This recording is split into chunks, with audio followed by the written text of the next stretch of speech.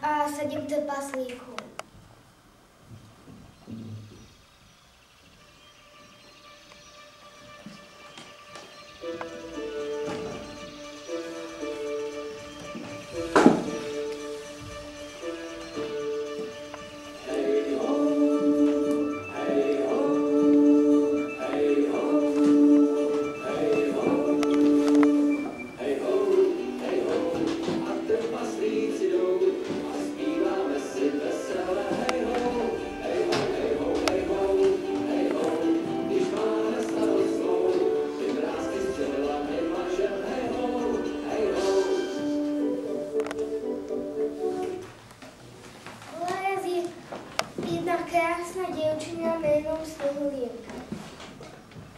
A ona sa rozprávala vtáčikmi a spievala si aj pri tom.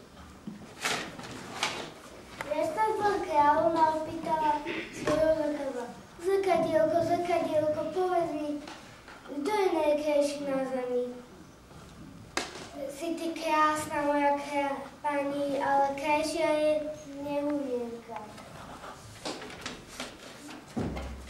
Zlá kráľovna poslala polovníka, aby ju dala do lesa a zabila tam. Ale polovník sa nad ňou zľutoval a doniesol diviačie srdce kráľovnej. Cestou našla trpaslíkový domček. Išla doň a upratovala a varila koláčiky.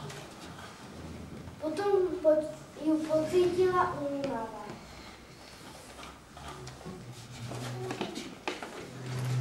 Išla si láhnuť a zrazu sa vrátili 7 trpaslíkov.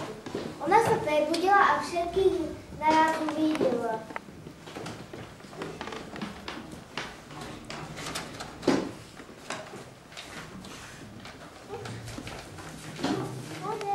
Potom, keď sa zasa kráľovna dozvedela, že nie je mŕtvá, potom otravila jablko a išla ku snehulienke.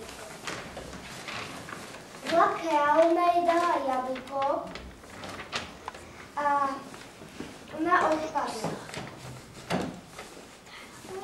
Keď ju 7 trpaslíci uvideli ležať na zemi, tak ju dali do truhle a prišiel mladý princ. On ju uvidel a išiel ku nej. A potom sa nad ňou naklonil, dal jej pusu a zlomil kliatbu a zazvoní zvonec a